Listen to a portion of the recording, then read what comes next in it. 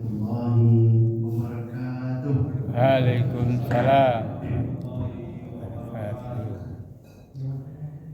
Alhamdulillahilladzi hadana li hada wa ma kunna linahtadiya laula an hadana Allah.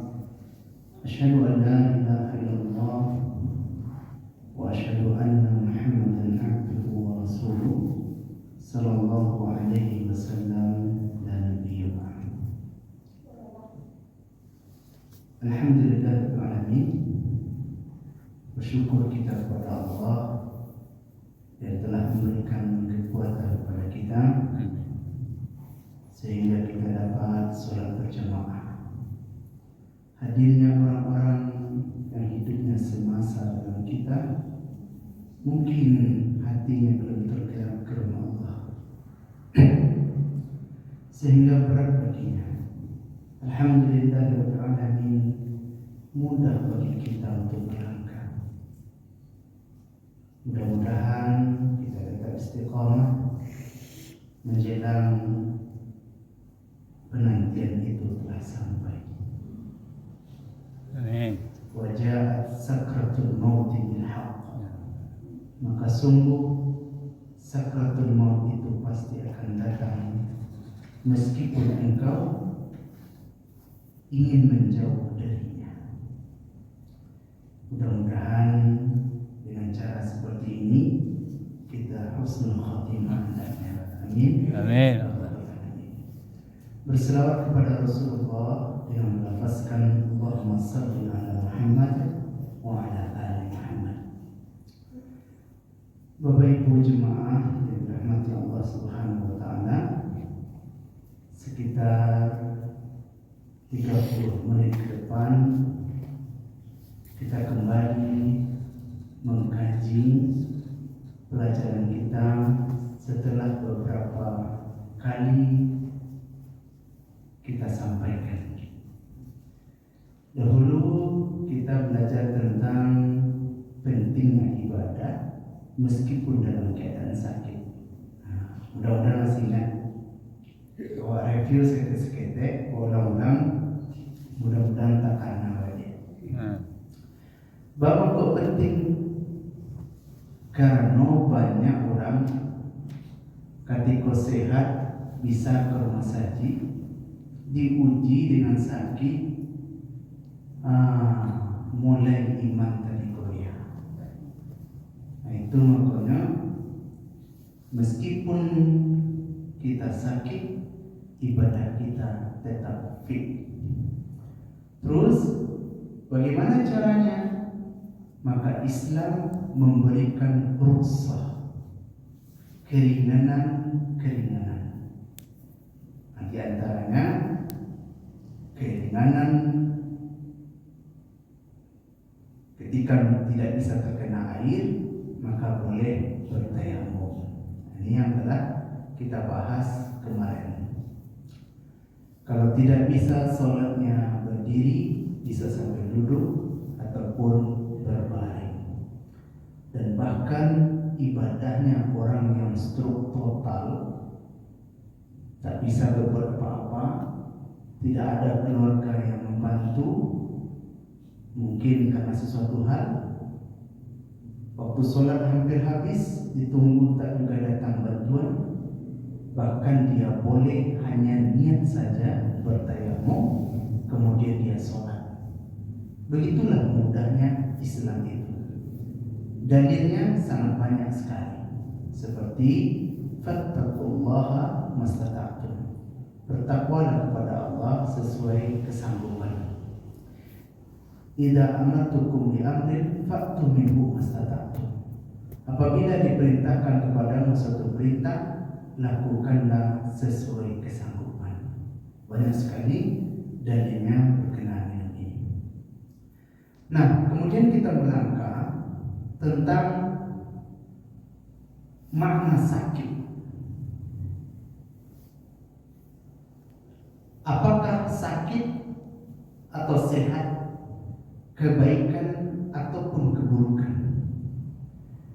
Yang terjadi bagi seseorang boleh jadi dia adalah ujian, boleh jadi dia adalah musibah, boleh jadi dia adalah azab. Ini yang kita pelajari. Tapi pembahasan kita sampai kepada ujian baru. Nah, ini kita ambil sedikit. Allah Subhanahu wa taala berfirman, "Ahasiban nas ay yusraku ay yaqulu amanna wa hum la yuftanun." Ini dalilnya kemarin. Apakah manusia itu mengira bahwa dia berkata telah beriman sebelum kami datangkan kepadanya yuftanun. Yuftanun ini apa? Ulama berkata dia bermakna al-imtihan. Apa itu al-imtihan? Ujian atau al-ibtila atau bala dalam bahasa kitanya. Apa itu bala? Cobaan. Jadi janganlah engkau berkata telah beriman sebelum kami datangkan kepadamu ujian atau cobaan. Bahkan apa tujuan yang Allah berikan ini? Kata Allah, am hasibtum an tadkhulul jannah. Apakah manusia itu mudah dia mengira akan masuk surga?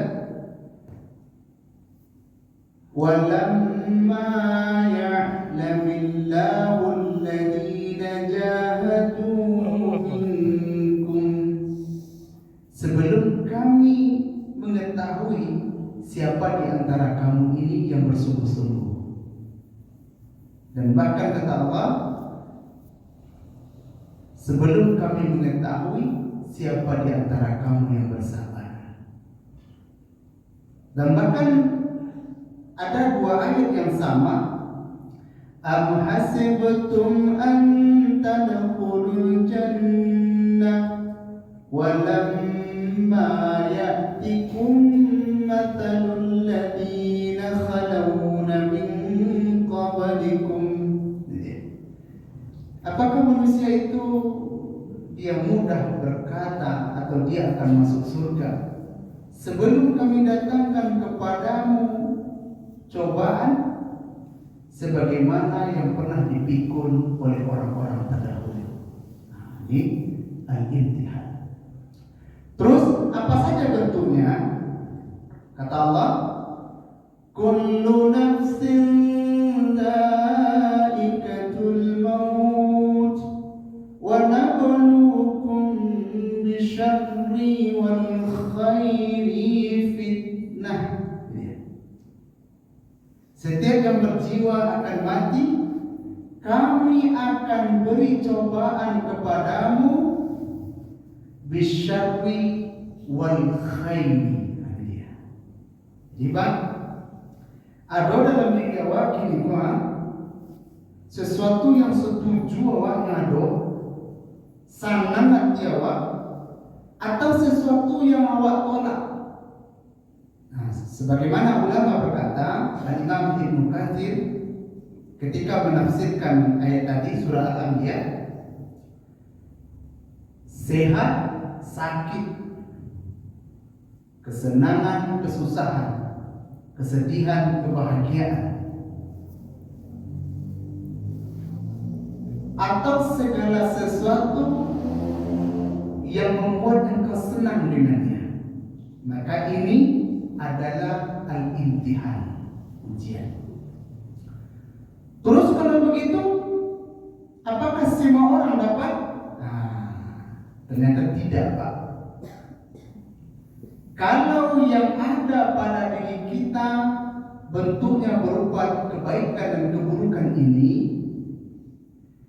yang dia posisinya sebagai ujian atau cobaan, tak semua orang mendapat. Dari mana kita mengetahui? Dari hadis yang diriwayatkan oleh Imam Bukhari. Apa kata Rasulullah? Asyaddun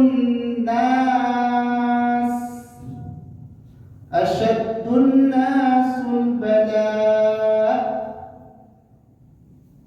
bala, cobaan yang paling asyad, yang paling berat, keras terpaannya al-anbiya, yaitu para nabi.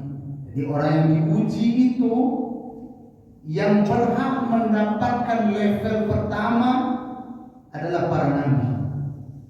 Kemudian summa salihun, kemudian orang soleh. Terus siapa lagi? Fa'amtalu amtal, orang semisalnya yang mengikuti orang soleh atau para nabi tersebut. Kapan dikatakan sesuatu yang ada pada diri seseorang, baik itu kebahagiaan atau kesedihan, levelnya sebagai ujian, kalau dia telah menempuh jejaknya para nabi. Jadi ketika sesuatu datang pada diri kita, pertama kali dulu yang kita pikirkan bukan zatnya yang datang ini, tapi kira-kira untuk apa dia hadir ini, kira-kira untuk apa. Oke, kita lihat. Misalnya dalam surat An-Naml ayat 40, Allah berikan kepada Nabi Sulaiman melimpah kemewahan kerajaan. Bahkan tak ada satupun manusia yang memiliki kemewahan dan kerajaan yang pernah didapatkan oleh Nabi Sulaiman. Tak boleh ada satupun. Begitu di dalam Al-Quran. Dia mendapatkan, ya Rabb, berikan aku kekuasaan kerajaan yang tidak ada orang setelahku mendapatkannya. Nah, kemudian ketika dia memindahkan istananya Ratu Balqis, belum sampai mata berkedip, istana itu sudah sampai ke tempatnya Nabi Sulaiman. Coba kalau ada diberi kelebihan oleh Allah, super mewah, kaya, yang diinginkan sekejap mata tipu saja, mungkin akan banyak tokoh seperti Fir'aun, ya kan? Ana rabbukumul a'la wa'buduni. Hei, akulah Tuhan yang tinggi, sembah saja aku. Apa yang terucap oleh lidah Nabi Sulaiman? Hada min fadli Rabbi.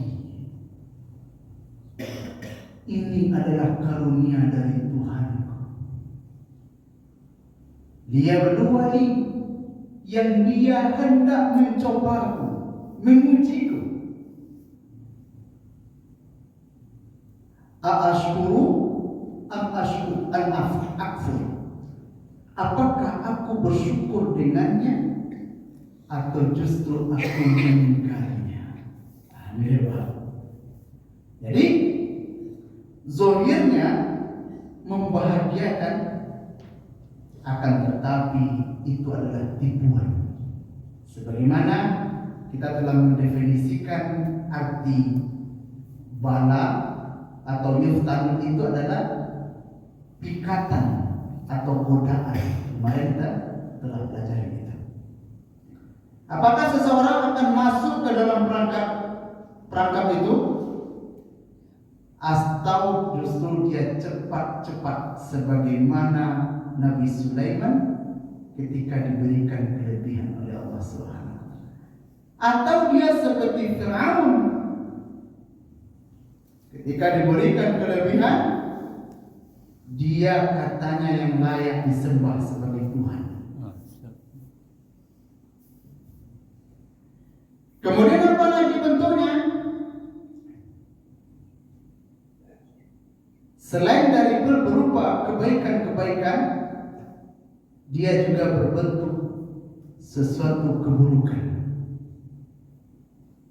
Makanya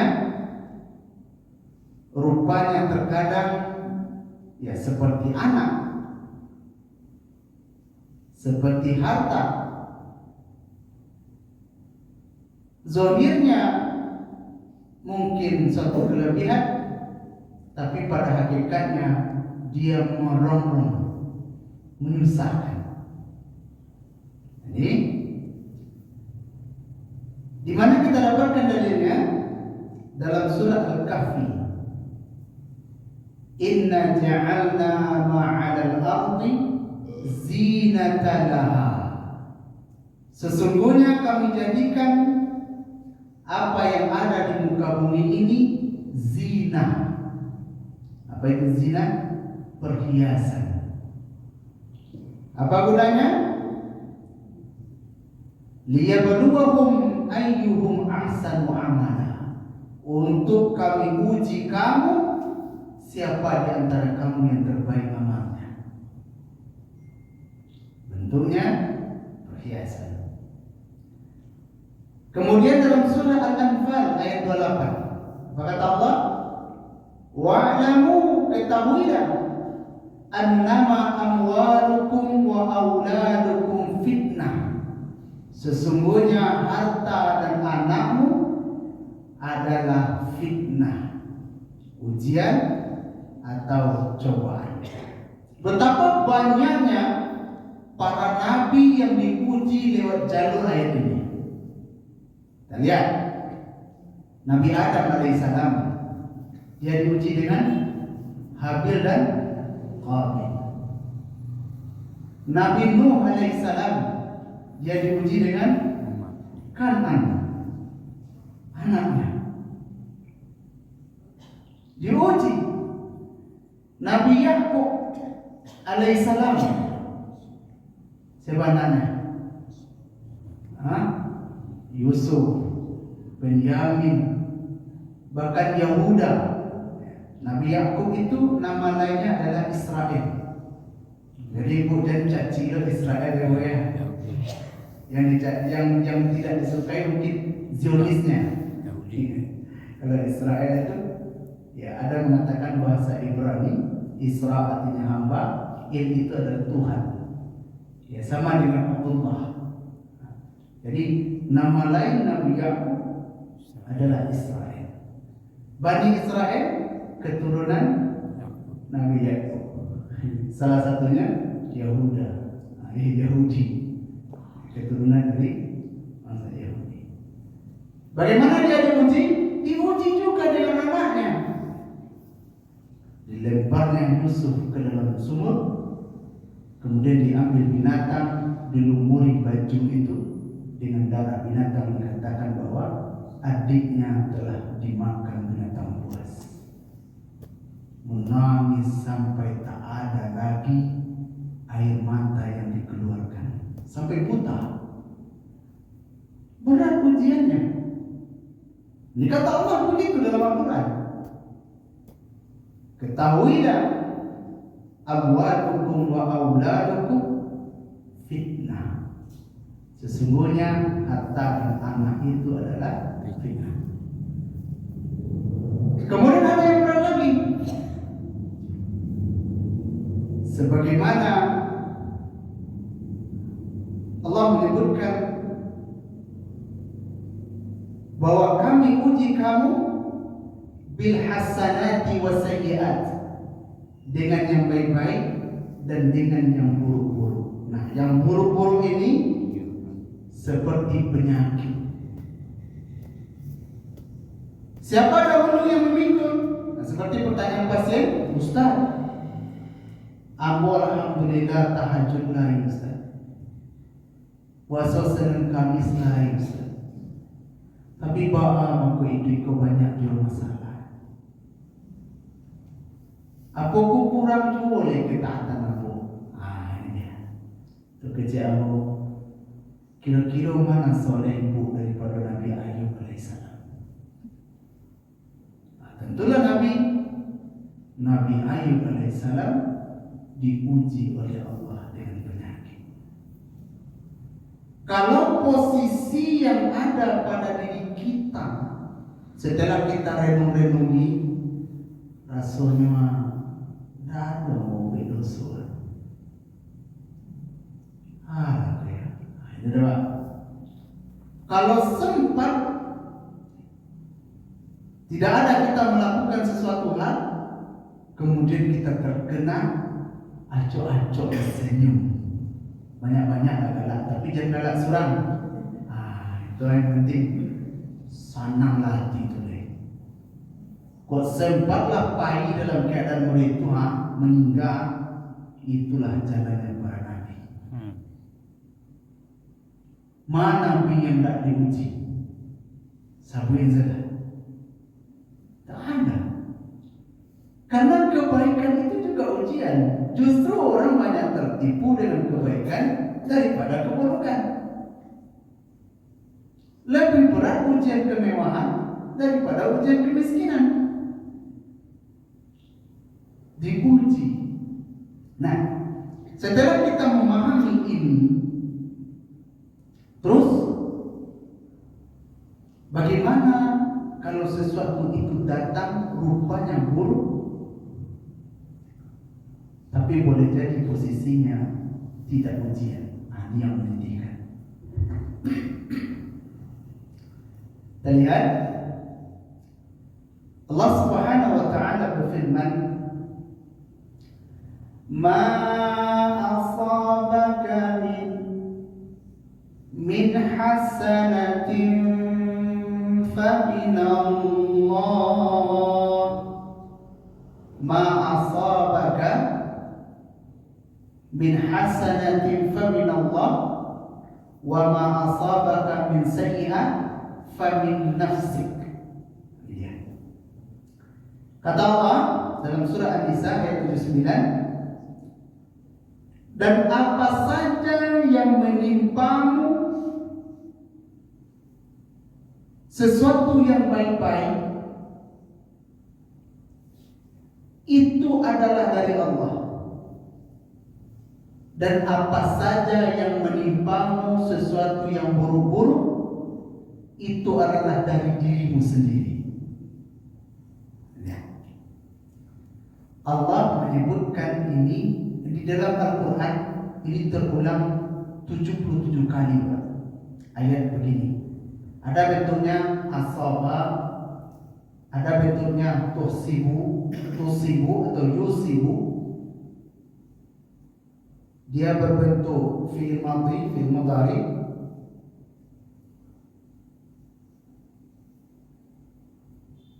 Kata asaba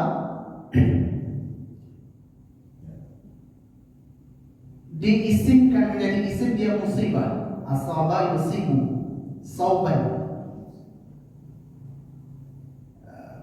Hujan turun, kita baca doa, Allahumma shayban nafi'an. Itu sesuatu yang mengenai, sesuatu yang menimpa.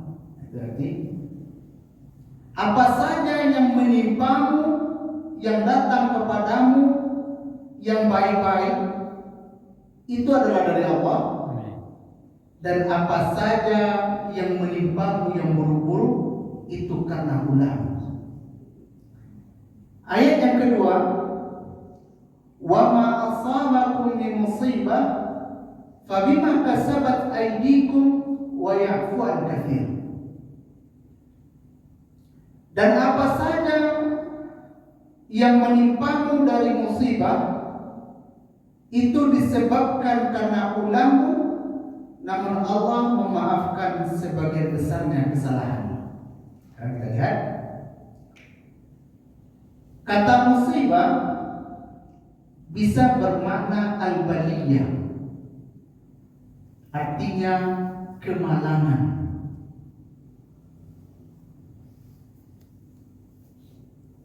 Setiap sesuatu yang terjadi yang tidak kita sukai, itu adalah musibah. Di dalam kamus bahasa Indonesia, musibah itu peristiwa atau kejadian yang menyedihkan atau malapetaka atau bencana. Berdasarkan ayat surah An-Nisa ayat 79, ulama berkata seperti Al-Imam As-Sa'di, Abdurrahman As-Sa'di, ulama tafsir, apa kata beliau? Apa saja nikmat yang kamu peroleh, baik urusan dunia ataupun agama,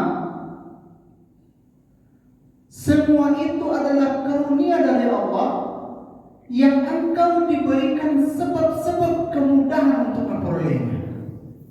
Coba, anakku nak diajar mana, Pak? Ayah tak sembahyang, Pak. Tapi anakku lancar sih, gitu, Pak. Sembahyang rajin, terbuka sedikit gitu.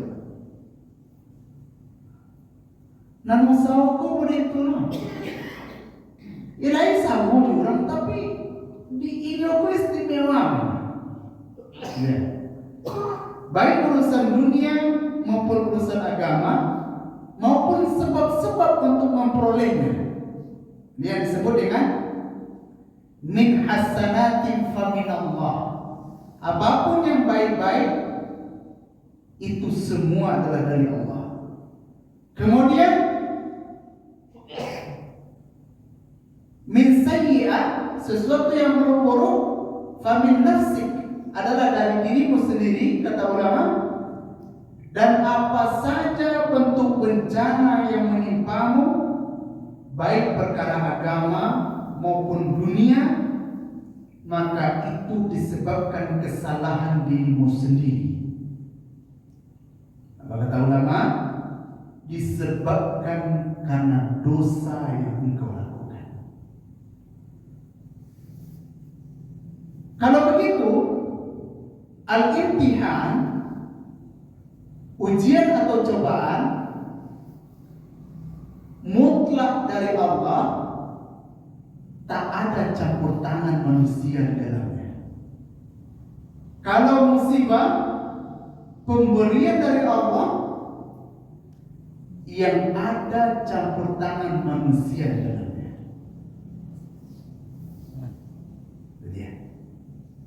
Makanya ada ulama berkata, apapun kebaikan engkau sandarkan kepada Allah, dan ketika datang keburukan, maka engkau melihat apa saja kesalahan yang pernah engkau lakukan. Nah, kita melihat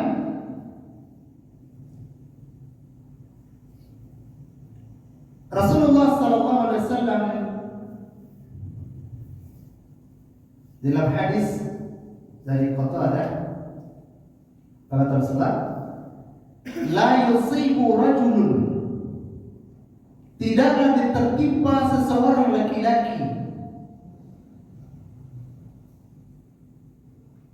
sesuatu yang menyusahkan, yang menyedihkan, yang penyakit, bahkan sakit kepada uratnya, illa bidzambin, kecuali itu karena dosa yang pernah dia lakukan.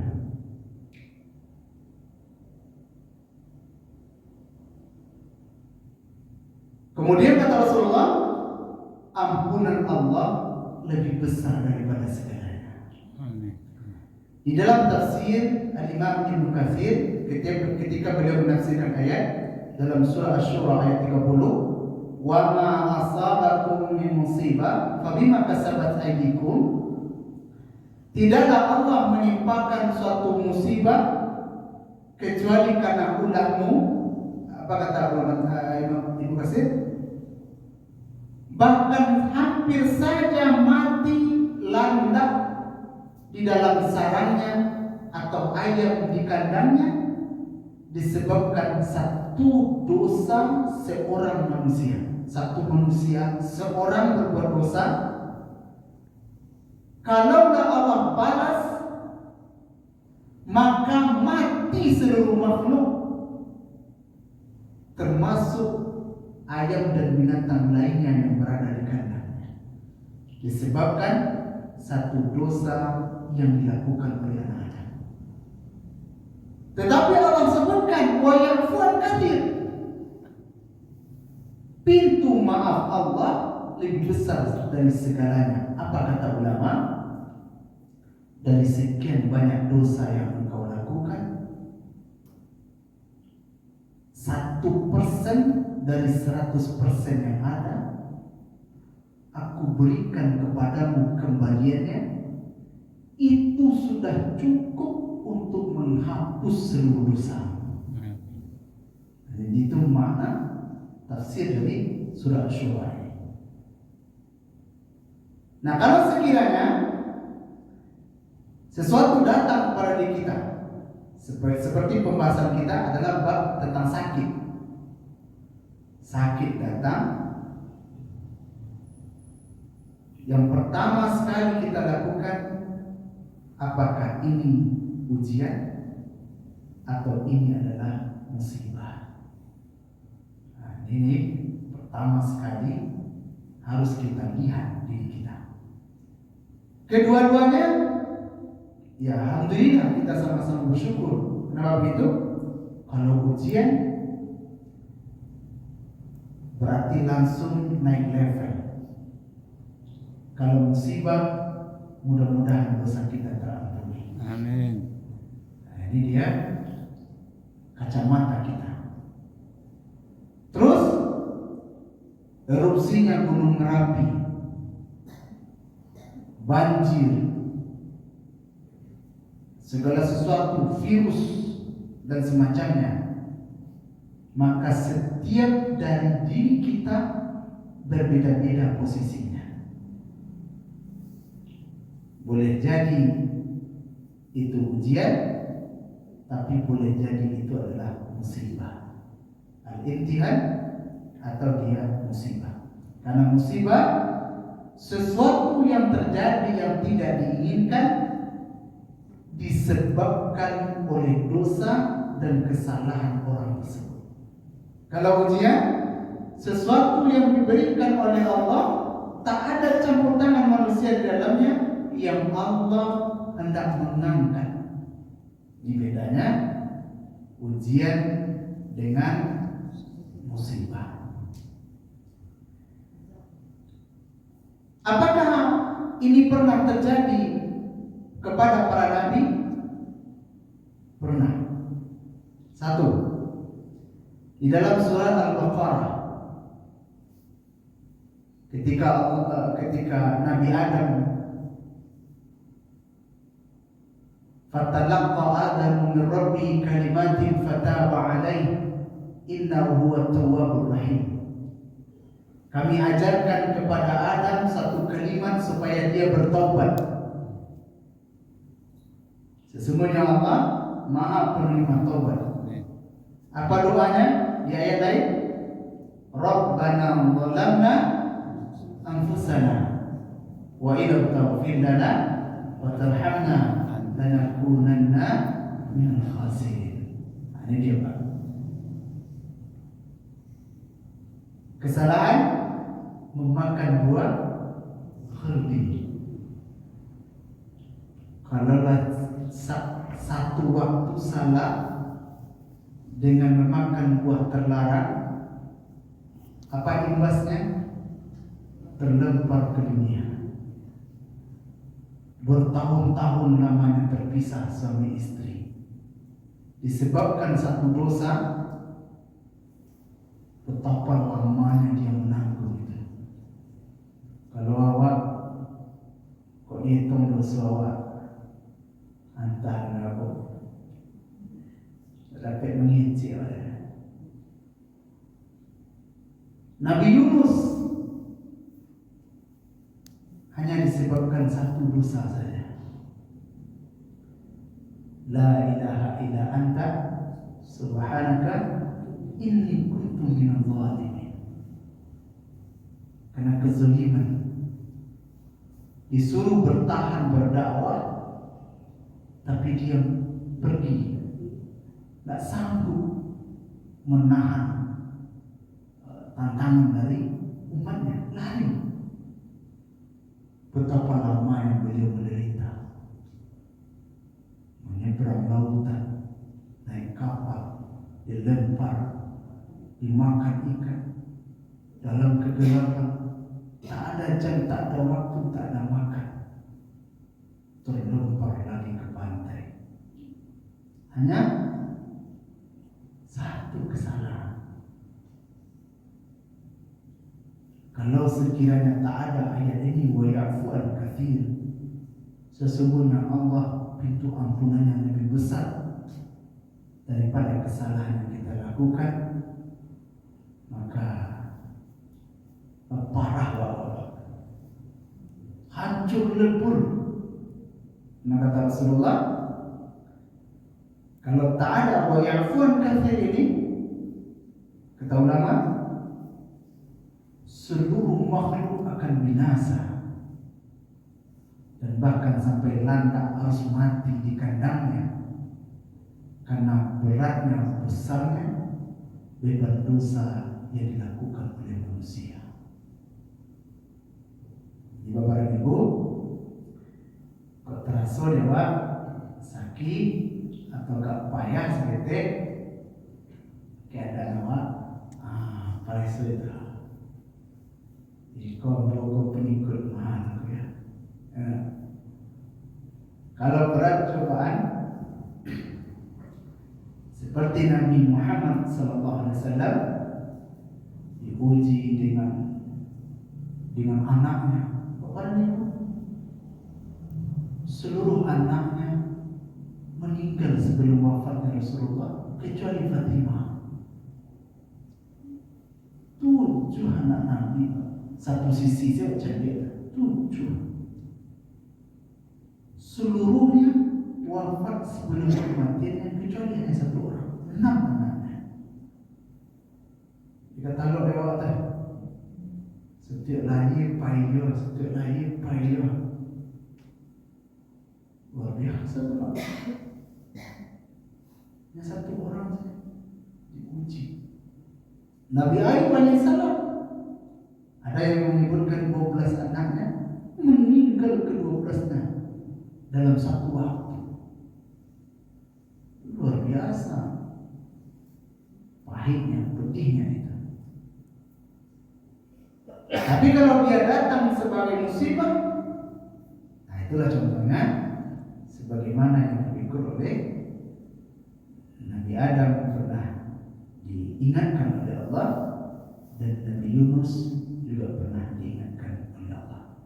Baik Bapak dan Ibu, masih ada waktu kita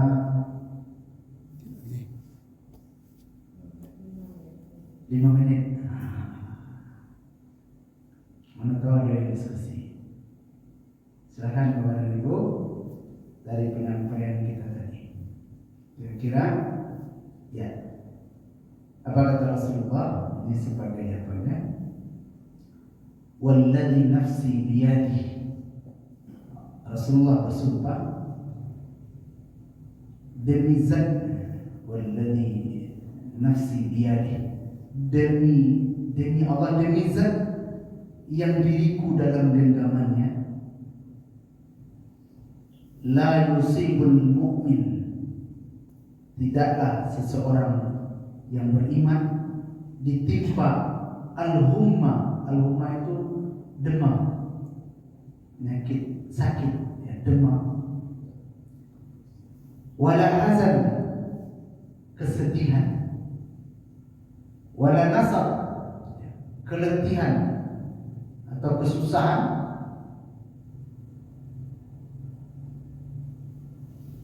ataupun tertusuk duri yang kecil, illa kafarallahu anhu biha min khataya, kecuali semua itu akan menghapuskan kesalahan-kesalahan dan dosa-dosanya. Jadi nang buku sama-sama sebenarnya rancangan, tapi yang lebih rancak itu al-imtihan, bala atau fitnah. Itu rancak. Sebab kalau musibah, Allah mengingatkan kita, memberikan teguran dengan caranya. Tapi kalau al-imtihan, Allah angkat derajat kita. Karena tak ada salah, tak ada kita melakukan apa-apa, tapi sesuatu itu datang. Mungkin bentuknya sama-sama sakit, tapi antara si A dan si B berbeda posisinya. Jadi kita tak bisa menghukumi, oh si fulan sakit, kan itu kok musibah, itu dia banyak dosa itu ya. Kecil ustaz pertama ada itu kan, ada itu kan. Yang bisa mengukurnya diri kita dengan Allah. Karena yang tahu aib kita, tentu Allah. Tapi walaupun nanti posisinya sebagai musibah, alhamdulillah jodoh. Lai jodoh waktu bagi awak untuk banyak-banyak istighfar. Nanti kita akan lihat caranya nanti kalau posisinya ujian atau musibah dalam diri kita, apa yang harus kita lakukan? Selamat. Itu ada syaratnya, Ustaz. Ayah nanti. Syarat Iya. untuk pada dua-dua itu bisa kebaikan kau. Masya Allah. Iya, itu dah hebat beliau ya. Alun tantu ke materi selanjutnya nanti. Nanti kita akan bahas. Jadi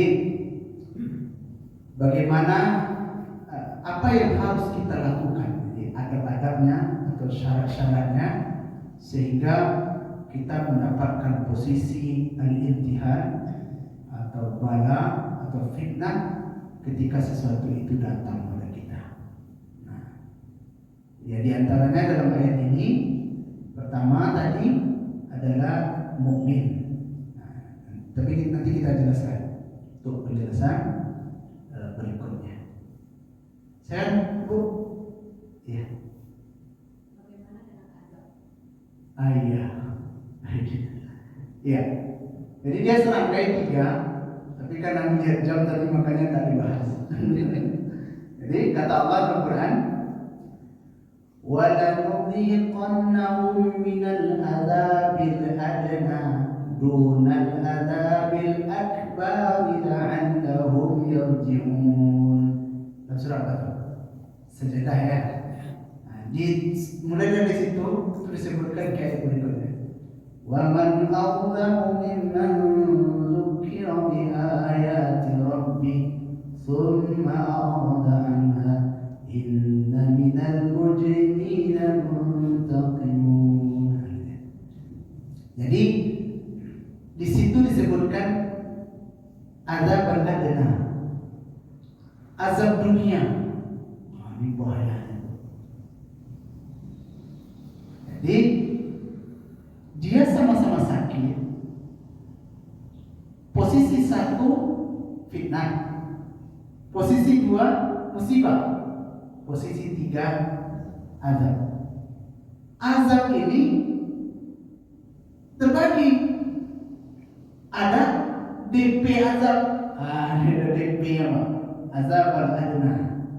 Dikata ulama tafsir, kalau kita baca macam-macam tafsir, bahwa Allah Subhanahu wa taala mendahulukan untuknya kos kita. Didahulukan untuknya sebelum dia mendapatkan azab yang besar. Ini. Sedangkan DP di dunia saya payah banget. Layan tu je minta tolong, bisa minta tolong deh. Kok sakit tapi ubi anti sakit kan? Tapi boleh. Kok panik ada orang kemudian. Kok lapar ada orang kemagi makan. Awi ada kemagi minum. Nanti setelah berada di kubur disebutkan dalam hadis Bukhari, parah loh. Kalau dia orang yang mendapatkan ujian, hebat dia, Allah bentangkan permadani dari surga. Tapi bagi mereka luar biasa. Nah, dia di antaranya yaitu orang yang zalim, dia yaitu orang yang kafir. Ini orang yang mendapatkan azab dunia. Terus kalau dia senang-senang saja, tidak ada yang buruk, tapi dia tak mau beribadah, dia kafir. Nah, misalnya orang Israel, orang Yahudi, dia pintar, pokoknya ekonominya bagus, itu namanya istidraj. Jadi itu ada ayatnya, surat Al-An'am ayat 44. Itu masalah. Baiklah Bapak dan Ibu, saja nampaknya agak angin kaji apa? Semangat Ibu nampaknya. Nanti kita dalami lagi kok. Dan lagi kok awal akan menuntaskan pembahasan. Kalau dia kebaikan dan keburukan yang kita berusaha untuk soleh mengikuti jalan para nabi, maka dia adalah ujian. Tapi kalau kita pernah salah, maka itu adalah musibah. Tapi kalau bangun belakang, maka itu adalah azab adana, azab dunia. Baik Bapak dan Ibu, itu saja bermanfaat. Mohon maaf segala kekurangan. Assalamualaikum warahmatullahi wabarakatuh. Salam.